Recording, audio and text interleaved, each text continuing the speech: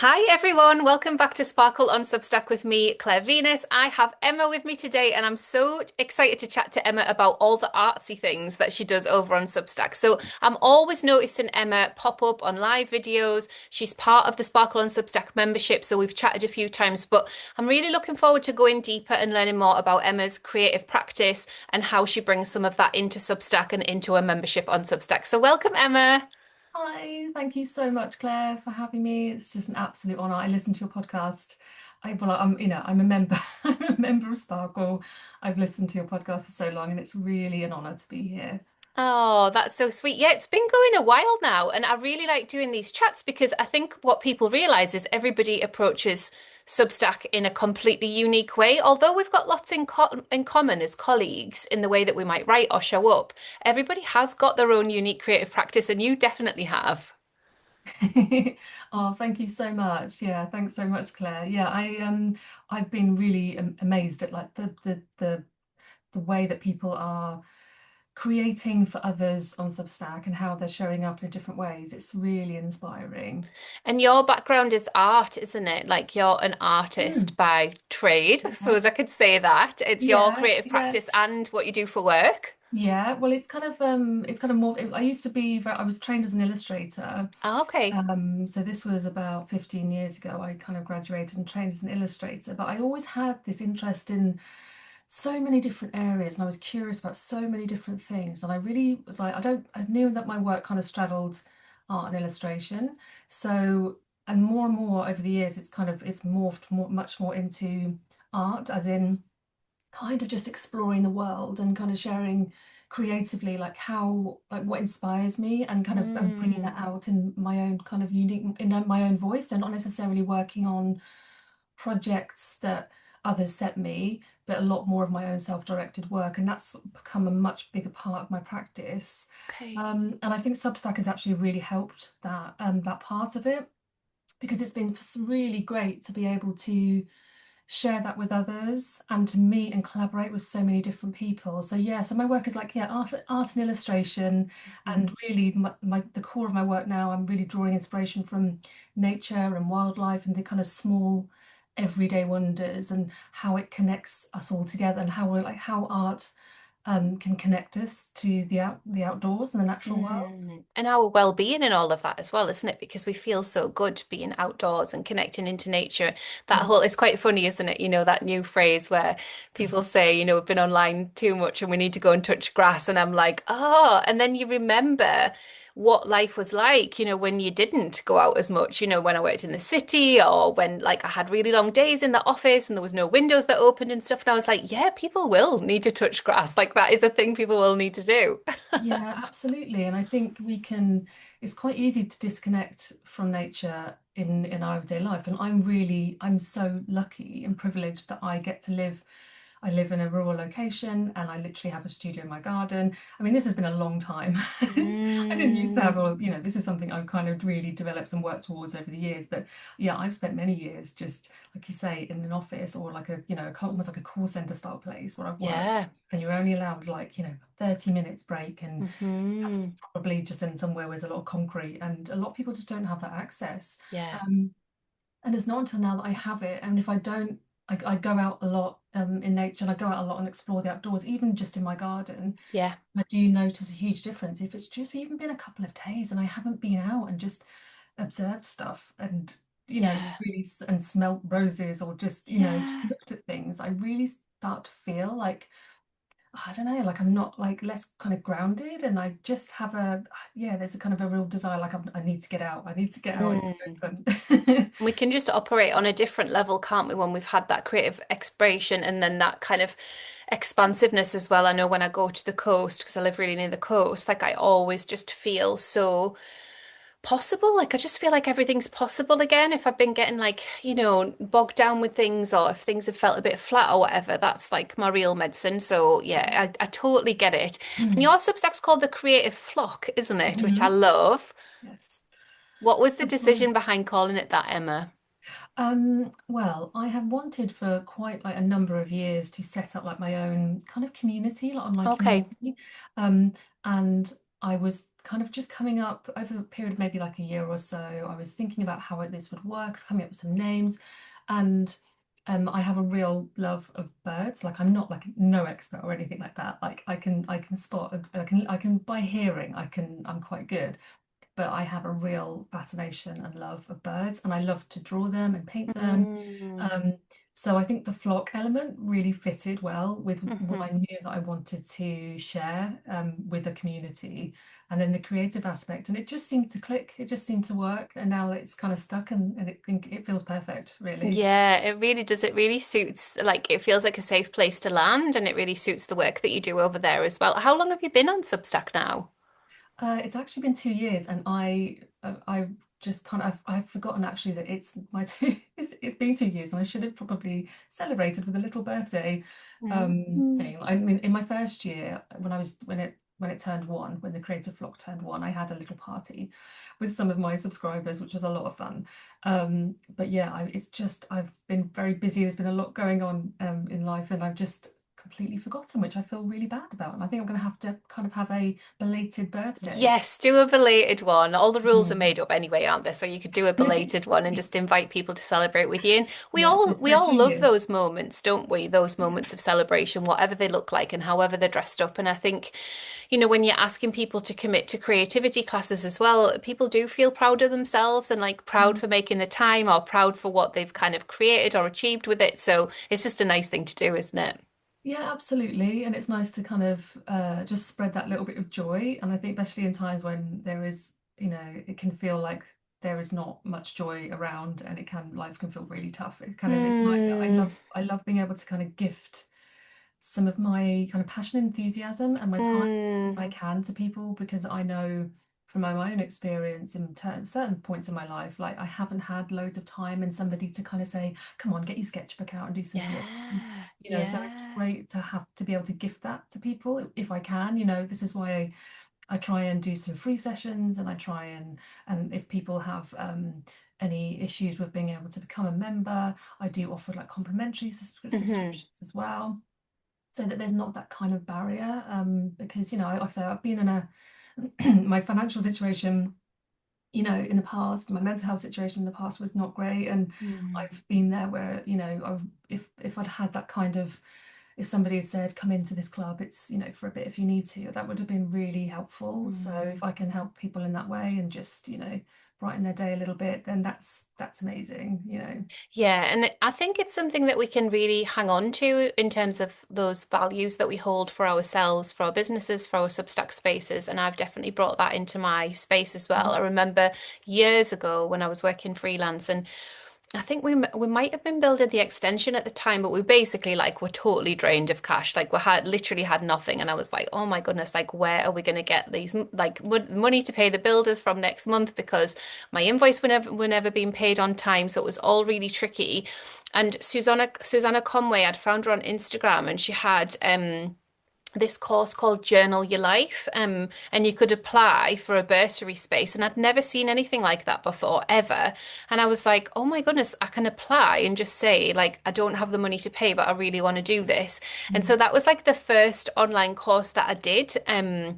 Years ago, so like maybe nearly 10 years ago. And Susanna's one of my diamond members now, like love her and spend time chatting with her and all of that sort of stuff. I class her as a colleague, but it was because she gave me that first experience into having that online course as something that I could go into and spend time that it was separate from work, separate from parenting, separate from project managing the build. It was like it was just for me. And I was like, I want that for people. I really want that for people. So I think it's really beautiful to be able to offer that. And Substack makes it so easy for us on the technical side as well. It does. I think that was the big draw for me, I think, because I was toying with Patreon, which is, for people who don't know, Mm-hmm. it's a place where you can go and support artists and learn from them. Yes.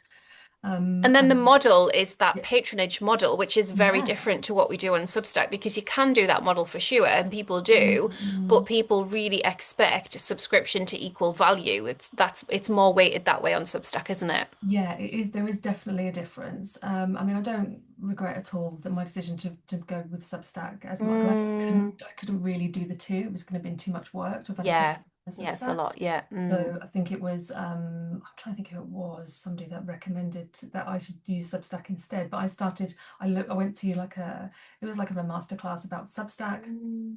with I think it was it will come back to me. We'll put it into the notes. Yeah. And it was like there was a masterclass. It was free. I went along and I thought, oh, this is interesting. And then I Yeah. found out a bit more about it. It's Farah. Oh, yeah. Yeah. So Um, Farah yeah, Stott is the head of Farah UK Shaw. partnership, UK and European partnerships, and she also Yeah. runs her own very successful Substack called Things Mhm. Worth Knowing. So she's a big advocate for UK-based writers and everybody really. She's ex sort of fashion magazine person, so I always find her stuff really interesting. She's super knowledgeable as well. Yeah, really knowledgeable. And I was kind of a bit like hooked from there. And I thought, well, this could work really well because Mm, I liked the idea that you could it had really good technical functionality and the yeah. back end is really quite, very intuitive. And I'm not, I'm somebody that I'm relatively tech savvy, not 100%, but I could work my way through it and quite, Mm, once you get your head around it, it's actually not difficult at all. yeah. Something really quite professional looking, Yeah. quite lovely. Yeah. There's so many ways you can adapt it. And there's so many different things like, you've got the podcast element, you've got video, which was really great because I do love making videos and I do love video work. Um, but there's just so many ways you can adapt it and make it your own. And I think that was really appealing. Really, Yeah, definitely. And so you've just really been building from there, haven't you? You've yeah. got a lovely, warm community of subscribers, paid subscribers. You utilize the lives as well. And then you have video classes once a month, is it, for your members? So we have one drawing session, which is Mm, basically almost come along, it's unguided. You bring your enthusiasm and your just interest in wanting to sit and draw with other people online.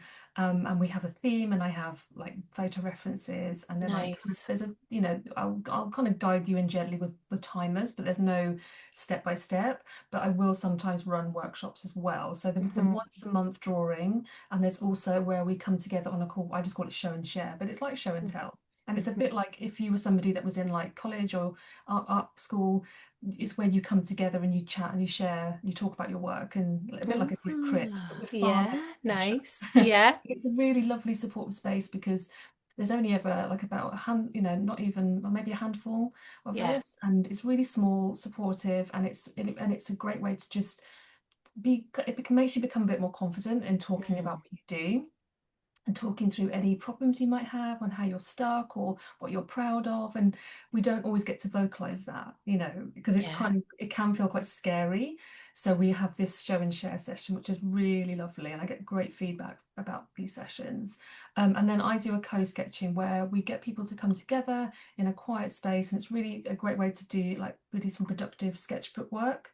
Um, and then I'll also have some bonus collaborations, which I love to do as well, Mm, and a live. So there's quite a few things that go on, but some of it's for my free subscribers and some of it's for mhm, paid.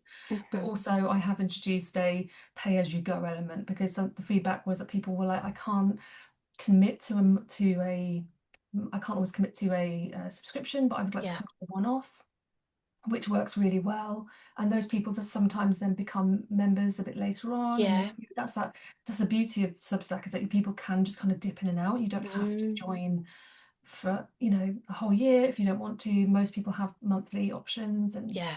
yeah. So yeah, Yeah, there's a it's a balance, really isn't it, with that kind of balance. stuff. And Yeah. I've written about it recently because I definitely found myself just feeling oversubscribed to invitations, like all beautiful, all lovely, but I'm like, I'm only one person and I've also got my own work to do, my reading that I want to do, the courses that I want to do. So it was feeling a bit intense. And I do think my friend Sarah Rad does this actually as well. And she just voice noted me today to say she'd had a couple of people pay separately for the journaling class that she does.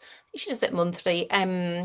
Outside of Substack. And then she said the same thing as you, they might become members or it might have just been a one-off thing. But it's like, as business owners, we don't need to leave that invitation on the table. We can invite people in and be quite savvy with how we do that.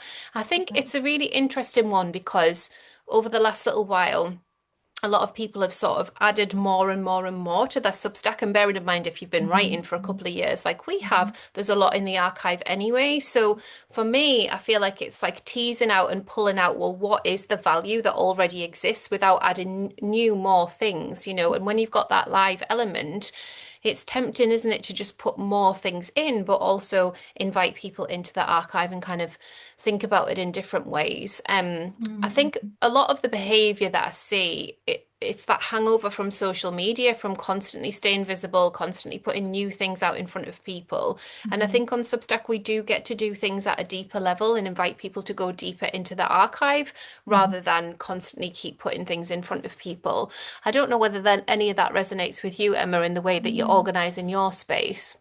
Yes, I think it's a tricky, really tricky balance because you do feel that pressure of like, I need to give people new things, but then actually people, like I say, oversubscribed and they don't really want lots and lots of new things. They just want things that they need. Mm-hmm. So it is really difficult to get that balance, and it's something I'm still kind of really working out.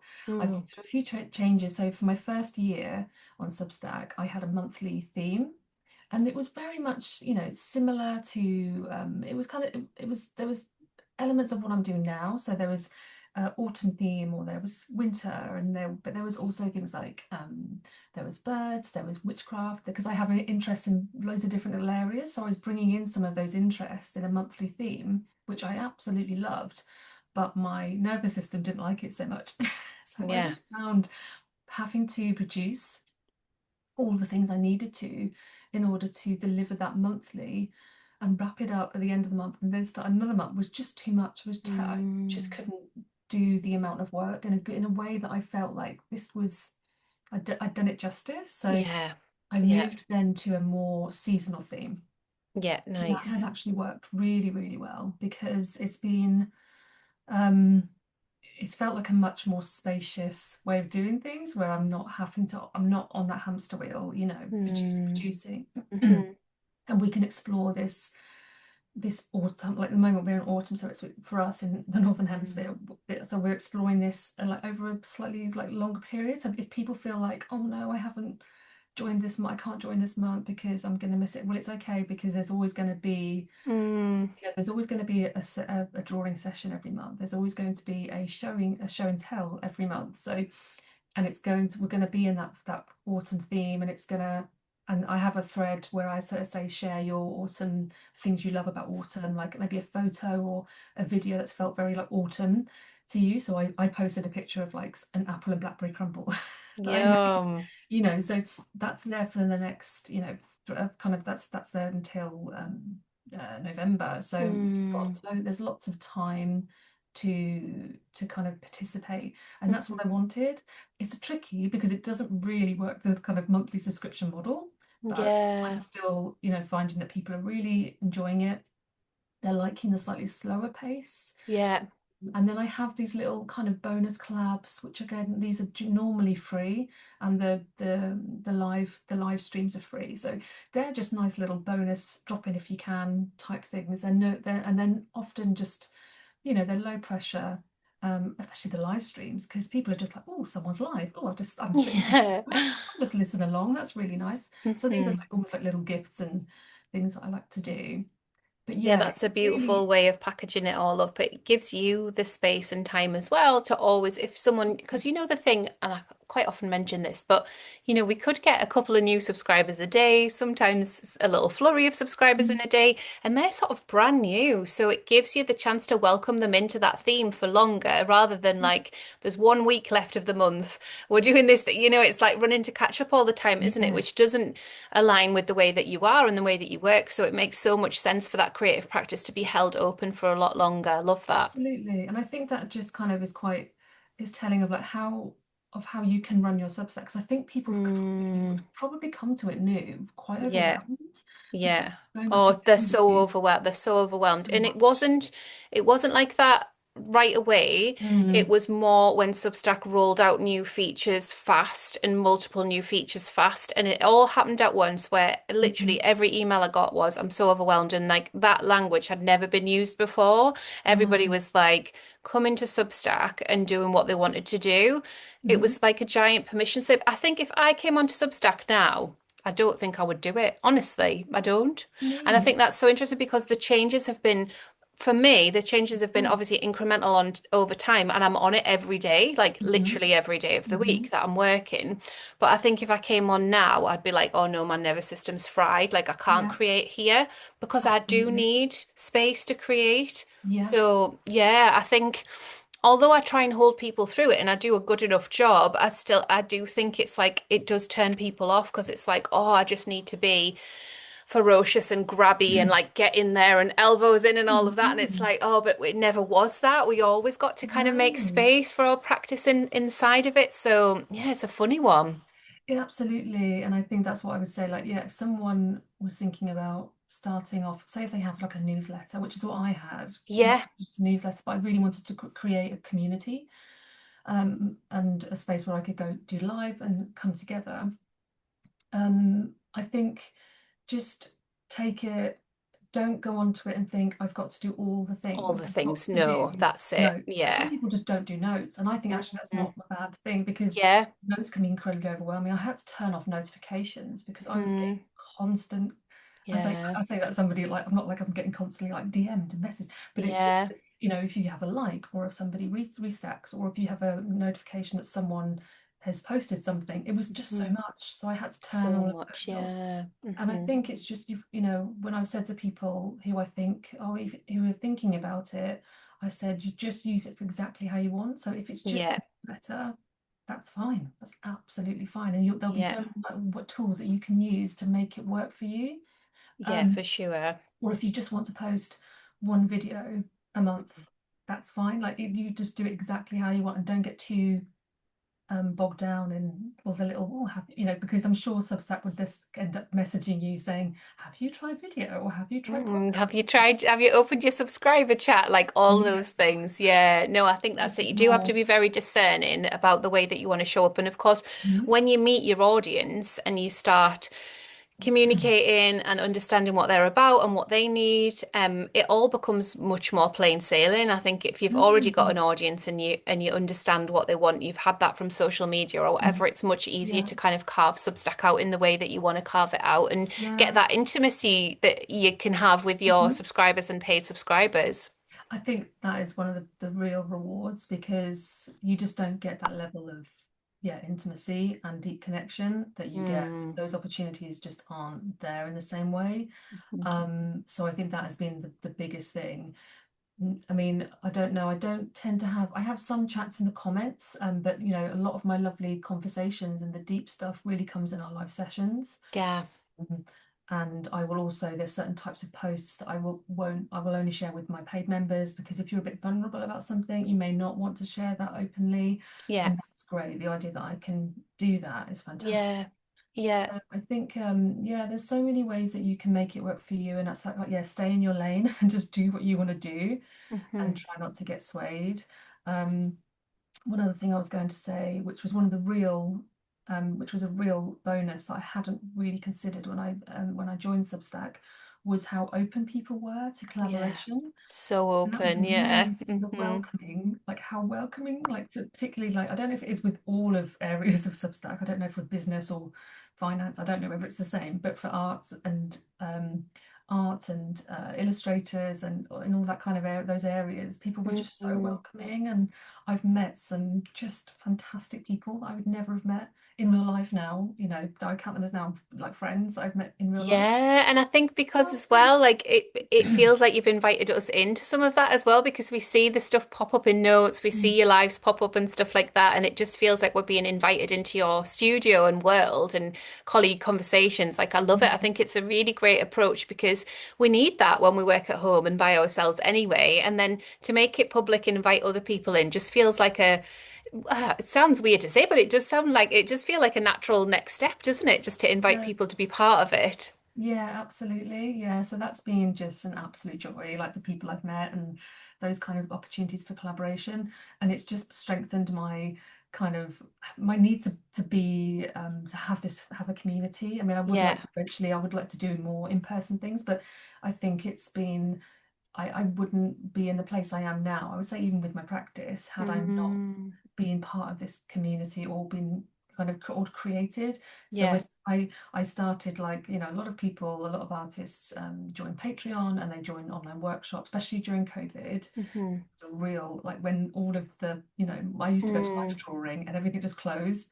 So going to these online sessions on Patreon, and then the first one of the first ones I joined was Emma Carlisle, who's a fantastic artist and illustrator, okay. Holly Surplus, who's just an amazing human being, and also she is a fantastic children's book author and illustrator. And she ran these animal life drawing sessions. So these were like lifelines for me as an artist. And, they were absolutely crucial in my development at that time. Mm, And then in my kind of shift from children's book illustration to other areas and really expanding what I wanted to talk about and what I mm. wanted to my work to be. So to be able to kind of do that now is myself is just a gift, and it's also just so important. I couldn't imagine not doing something like this now. Yeah, I that's don't it. know, I And couldn't. it's those people that model it for us. Sometimes I'll get a question, like I had a question from a member this week who's an incredible artist and does loads of stuff online. And she just was like, "How do you do your videos then? How are you doing?" And I was like, "Zoom. Just do Yeah. a Zoom with myself." And she was like, "Oh," because obviously in her mind she was going to do like the full video setup and stuff like that. And I was like, "Oh no, I just stick Zoom on and just talk and that's it." And it's Yeah. good enough, obviously like professional video equipment is amazing, but Hmm. Zoom and a Mac is good enough. And so off we go. Absolutely. Yeah. I think, yeah, absolutely. I was working when I first started my Substack. Was I in? I'm not. Oh no, I wasn't in my studio, but I was in. I know I was in the studio, but I was kind of doing a lot of some of work and some things I was doing were in the house, and they were just on a Okay. really really old laptop. Yeah. I had to upgrade a bit to I got a second-hand Mac. It was great. It's Hmm. actually working brilliantly. Just because of the processing I needed to be able to edit videos and stuff. But yeah, you don't need very much. You can actually do so much on your phone. It's You amazing. can, yeah. And because I do Substack Canva. lives as well, so I do those from my phone. Mhm. I have learned a couple of tips recently with the lives in that if you have it open on the desktop version as well, you can keep an eye on the comments because it's quite small and like hard to keep an eye on the comments. I think I've got like iPhone 14, but it's still when you're on with another person and you're trying to read what people are commenting underneath. So Yeah. that's really good. But I do really like the lives, and I noticed, and I was going to ask you about this, Emma, Mm. that I have had new people come into my world and subscribe as part of the lives, whereas my Mm. posts have probably slowed down a bit now in terms of new subscribers. So I feel like lives are one of the mediums somehow that just people get to know us, they see who we are, they Yeah. catch a snippet of what we're about, and then they decide to subscribe. And I wondered if you'd noticed any of that when you've looked at your stats. Yeah, I mean, I think I was chatting about this the other day. I'm not really great at looking at my stats. I'm not very good at kind of like working it, really Working it out. working it out a Yeah. little bit. I'm not very good. But yeah, I think since I started doing lives, I would say that it did improve because I like a lot of people, I had a real slowing down in Yeah. April in Hmm. my general, like in my subscribers, just because of the changes with Substack. But the Mm. lives were still a great way of connecting with people. And then also seeing what I do, and it was all quite lo-fi because it was just from my phone, and because I have to connect to 4G on my phone in my studio, Okay, just got because I you. don't get Wi-Fi, it Yeah, wasn't good anyway. It's not the best quality, but I'm yeah. not trying to say, well, it's not great, but it's actually, but people don't mind because they're just, People don't mind. Yeah, they it's can just fine. join you and it's They're just just real, joining isn't it, it? just having Mm. it real, and they're enjoying listening along or sketching along or listening while Hmm. they're drawing. So I Yeah. think it has been a really lovely way of just being a quite a genuine way of connecting with people, a bit Hmm. impromptu. It's really good for, like, if you wanted to build confidence and being able to talk, publicly, it's actually really good. Um, but yeah, I have found that to be really beneficial, and I just find it really fun and It enjoyable. is fun. And I find, I don't know whether you find this as well, sometimes when I'm on a live, I'll say a sentence that I wouldn't necessarily write, but I like the way I've articulated it. So I only know this afterwards. So in the moment, I'm just in the live, I'm in the moment, like I'm on with a guest or whatever. But after I watch it back or Substack presents me with a couple of little clips, I'm like, oh, that's quite good. That's quite profound. Right, we'll just take that and then maybe I can riff off that and do an article. So for my creative practice, it's been great because I feel like sometimes, and again, I think this is a working at home thing.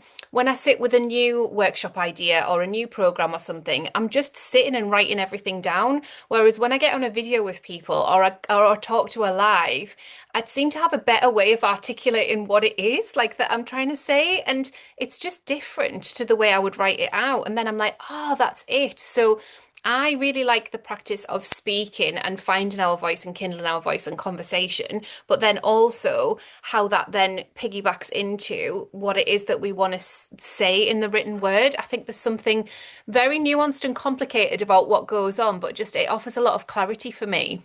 No, absolutely. I think that's really true, and I'm very similar because I was never really somebody. I was the only thing I was a bit nervous about with Substack was the writing because I'm not really necessarily a writer. Like I'll do a bit of creative writing, but I'm Mm, not a writer. So, my work is mostly primarily video and image, and there is mm, some. So I do some writing, but I wouldn't don't do a lot of long form posts. mhm, So the idea of like you said, like so being on a call and talking to people, I mhm, was able to be much more myself and articulate than I was in writing because maybe I mhm. just haven't found my way of writing. Maybe that's Yeah, the way in with it my all. way in. But yeah, but like it, but I really I'm somebody that's kind of I love to dictate stuff, so I'll dictate and Mhm. things will write from my dictation app.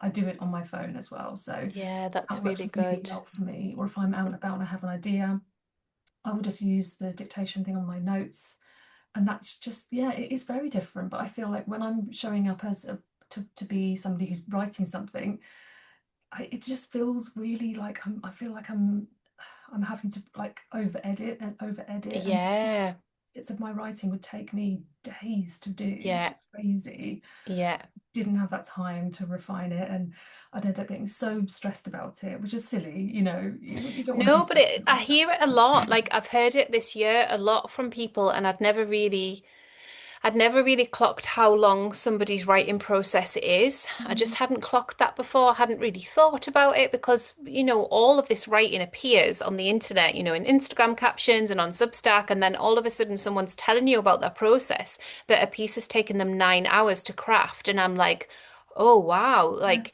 and then a journalist was telling me, the piece just went viral and nuts, and we were chatting about it, and she was like, "Oh, it took me less than 40 minutes to write that." Like, obviously, there's a skill set there, Mm, but it wasn't something that she'd labored over, whereas the person that had labored over it was saying, like, well, it's taken me 9 hours, that isn't sustainable. And I was saying, look, obviously where you're getting to with it in terms of the intensity of that level of edits, it's like wrangling something. And the more mm, that you write, the less I think you have to wrangle. But you're always going to have mm, those days of imposter syndrome or reading mm. something back and being like, I don't want to publish that. And I had some of those before summer.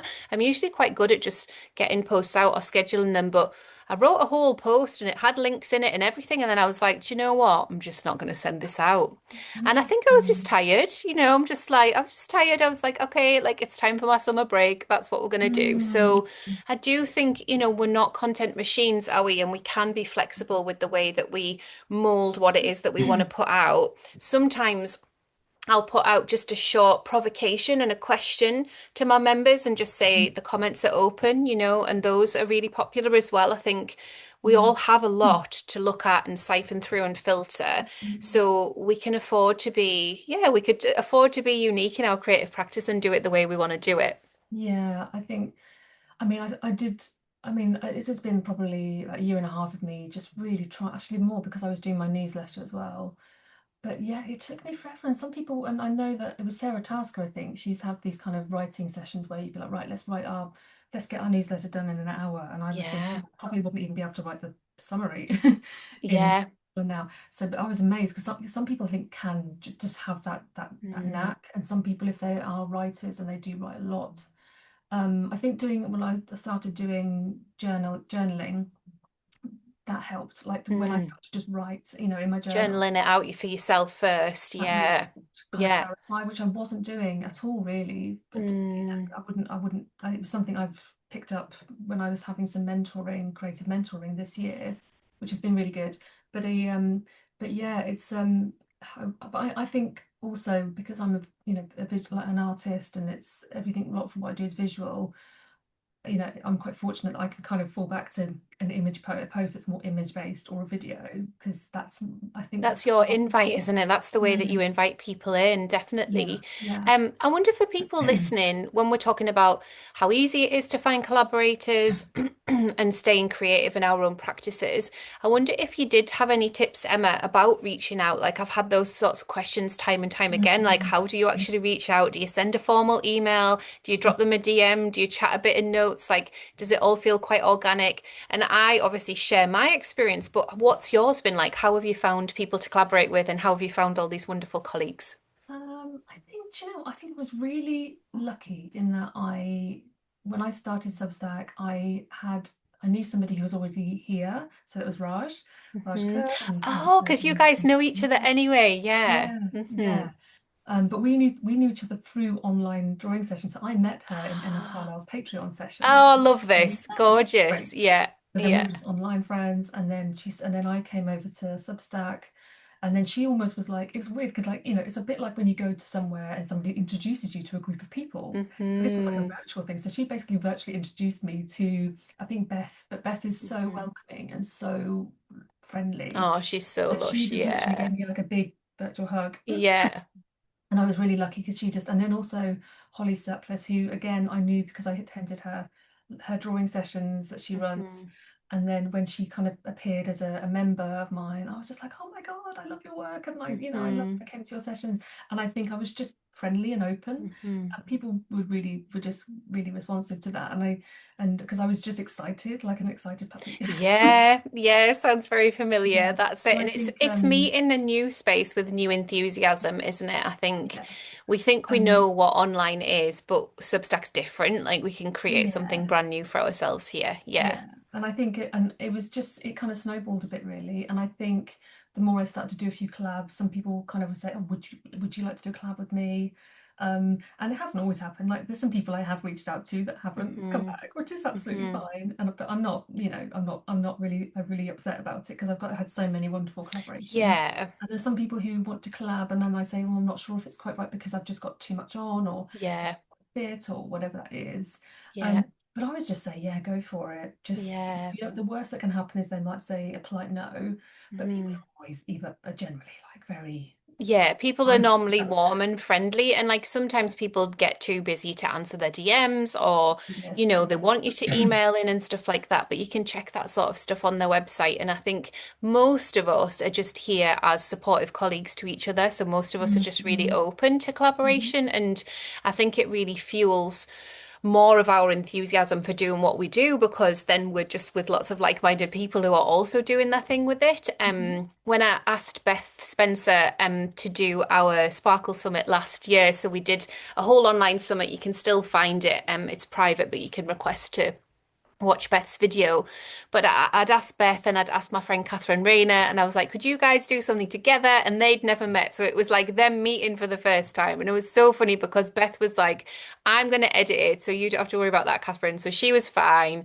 And then, and then she kept in the like chit chat bit at the beginning. And Catherine was like, oh my goodness, I didn't realize you were going to leave that in. She was like, oh, well, it was part of the personality of it all. And they were just like laughing about it. But it was really cool. The summit was all about being paid as a writer online and how Substack fits with that. So for authors and illustrators, for fiction writers, for memoirists, and we just had a range of different people that had worked online before and who hadn't, and who were kind of finding Substack and discovering it. So yeah, it was really cool to do that, and it was a real moment. And I'd love to do something like that again, where you just like bring people together in a mhm. bit of a pop-up thing. So I'm trying to like not do any actions towards that, because it's already been a big year. And, when you think about the amount of work of doing a thing, of coordinating people together, but yeah, maybe there's something like that we can work on together in the future, Emma, and you can do Oh, more the artsy side and I can do the sparkle side, and we'll see where we get to.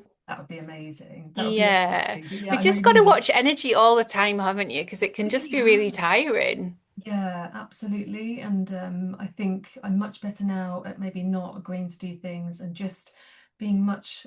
And I think some of the work I was just mentioned, like doing with my mentor, is just being much clear on like Mm. what it is I want to do. And that means that Yes. you're more likely to then turn things down and you're not trying to Mm. spread your energy in lots Yeah, of too different thin. places. That Hmm. really doesn't fit to what your long-term like idea like goal is. Yeah.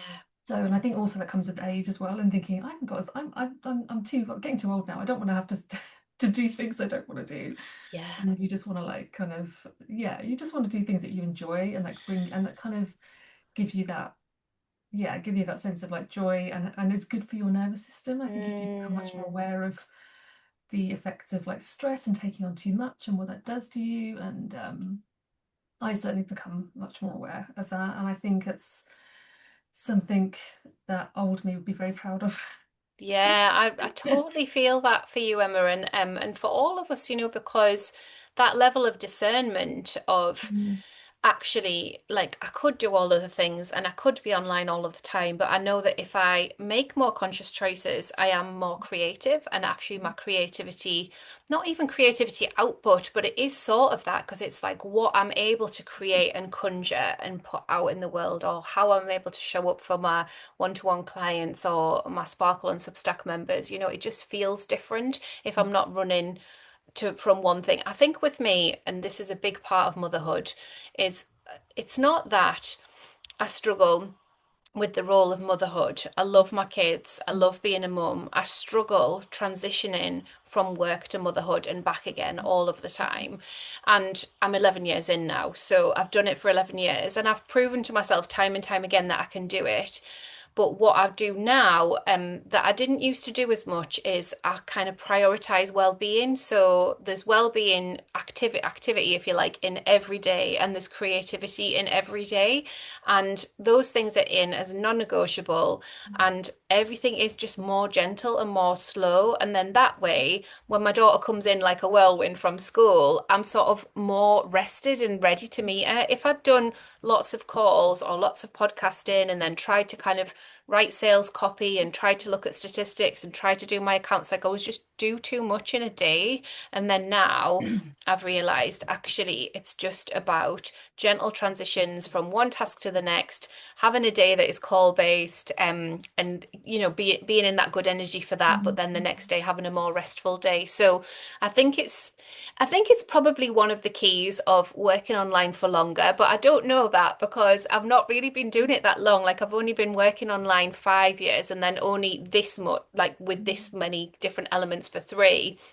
So I am always leaning into colleagues that have been here for longer doing their yeah, online work and being like, what's that like? And how did you change that? And how do you do so yeah, much when it comes to, this time of year, whatever it is? yeah. That's really interesting. I think I'm personally getting better with giving myself that downtime, and I think me changing the how I run my Substack with the going from monthly theme to like a The seasonal, seasonal, yeah.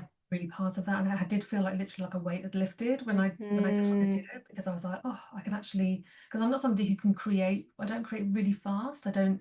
I'm better. Like I do create a bit quicker now because I'm getting much more that I'm finding more of a way of making my work that I'm a bit happier with. So I am producing things a bit more quickly, as Hmm. in the materials I use, but I'm not as prolific as some people. So for me, the process of making or even making things for Substack takes me a bit of time. I like to mull. I like things to kind of sit and percolate a little bit in my mind, Hmm. and then come back to it. I'm not really a kind of bash it out, off it goes. So I think I've learned that, and I've learned like, hey, because that's how I am, I need to make sure that the way that I structure how I am online and how what I share fits with that, you know.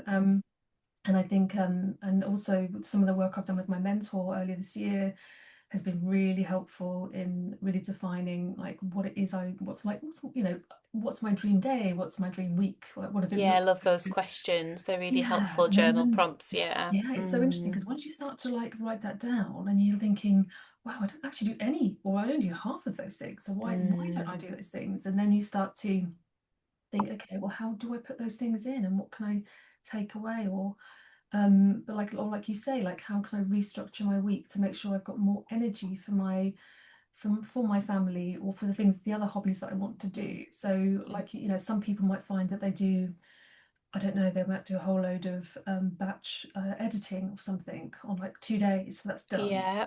Yeah. Social media planning, rather than dipping in and out of lots of different things throughout the day. Some people might just be like, I'm going to get up earlier, work for the morning, and then in the afternoon, I'm going to do much more relaxing things, even go to like, go out for a Mm. run or Mm. just have a nap or whatever it is. But I think it's just not feeling like, I don't know whether you said this, it might have been you that said this, Claire, but it was like you've got to kind of feed yourself. You've got to make sure you're kind of nourished, Mm. as you probably said this as well. You've got to make sure like you're nourished before you can kind of give back. You've got to give to yourself, and you are one person running a whole load of things when you're running. If you're somebody who's a freelancer or an artist, illustrator, or who runs an online business and does everything pretty much by themselves, like, you've got to be able to look after yourself so that all that stuff can still work, because you've Yeah. got to be able to go back to that and pick up all of that work and continue. And then most of us also have other responsibilities Mm. and other jobs or commitments. So I think really this year's been a bit like, I've been a bit more like, be more kind to myself and not be so, Yeah. don't have to be driven and do too much because other Mhm. people might be, or because other people think you should, Yeah. or the online world tells you you should be doing X, Y, and Z. Like, you've Yeah. got to show kindness to yourself in order to be able to Yeah. get back out, if that I makes think sense. we've gone through enough cycles in it to understand there is this uniqueness to how we like to work. That's part of it, I think. Just that kind of leaning back in. Like, I feel like Claire from last autumn had a wisdom that then I can like pull from in this Mhm. autumn, like there's a comfort there in understanding, Mhm. okay, like what was I doing last autumn and how did that feel and how do I want that to play out for the last chapter of the year? There's a lot of kind of noise at the moment and I think it's just stuff that I've seen, but it's like, oh, we're going into quarter 4, the year's not done yet, like it's the next fresh start of the year. Come on, everyone, like how do you want to smash your goals this quarter? And I'm like, wow, like for me, I'm just like, oh, just like we've done 2/3 of the year and like we're going, it's just, and then I questioned myself. I sat with it, I journaled on it a bit, and I was like, I am enthused about the goals that I set at the start of the year and the intentions, but you learn so much in a year. You'd be Mm. mad not to sort of sit with what you've learned and implement it and kind of, allow Mm. yourself different bits and bobs. So, I think those permission slips, I'm writing about it actually for Sunday's post. It's Mm. nearly finished. It's called The Visible Rebellion of Mothers.